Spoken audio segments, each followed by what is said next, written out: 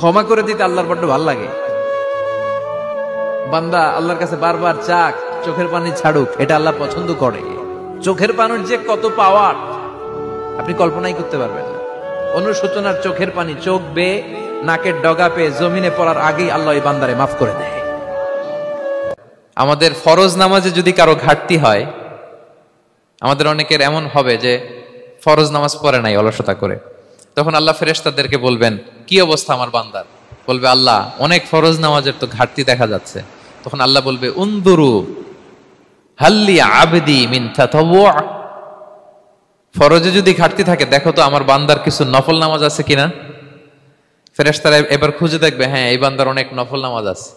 তখন আল্লাহ বলবে ঠিক আছে, এই নফলগুলোরে ফরজের ভেতরে ঢুকাইয়া মেকআপ করে দাও।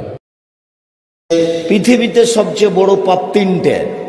তিনি পাপের সিরিয়ালে 1 নম্বর বড় পাপ বললেন আল ইশরাকু বিল্লাহ, আল্লাহর সাথে শিরক করা।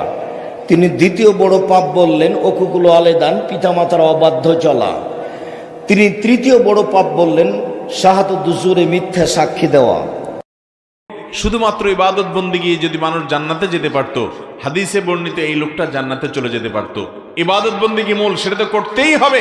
ওইটার পাশাপাশি মানুষের অধিকার, বাবার কি অধিকার, মায়ের কি অধিকার, স্বামীর কি অধিকার, স্ত্রীর কি অধিকার, ভাইয়ের কি অধিকার, বোনের কি অধিকার, প্রতিবেশীর কি অধিকার জানতে হবে এবং সে অধিকার আদায় করতে হবে।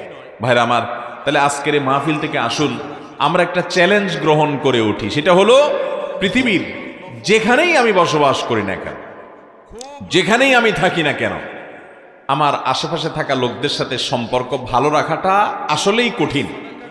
দূরের লোকদের সাথে সম্পর্ক ভালো রাখা সহজ, কাছের লোকদের সাথে সম্পর্ক ভালো রাখা কঠিন। কারণ কি?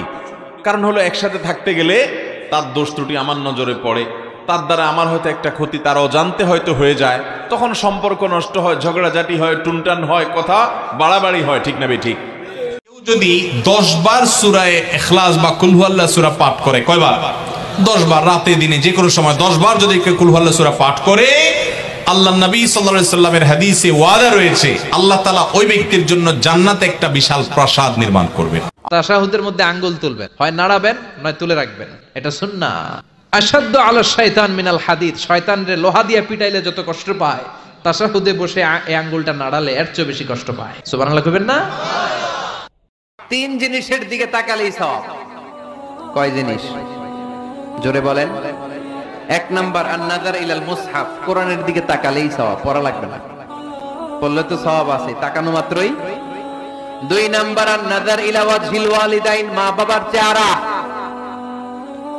মা বাবার খেদমত করলে তো সওয়াব আছেই, টাকা দিলে তো সওয়াব আছেই, কিন্তু মা বাবার চেহারার নজরের দিকে যদি রহমতের নজরে একবার তাকান, একটা কবুল হজ করলে যেই সওয়াব, ওই সওয়াব আমল নামায় দিবে কে?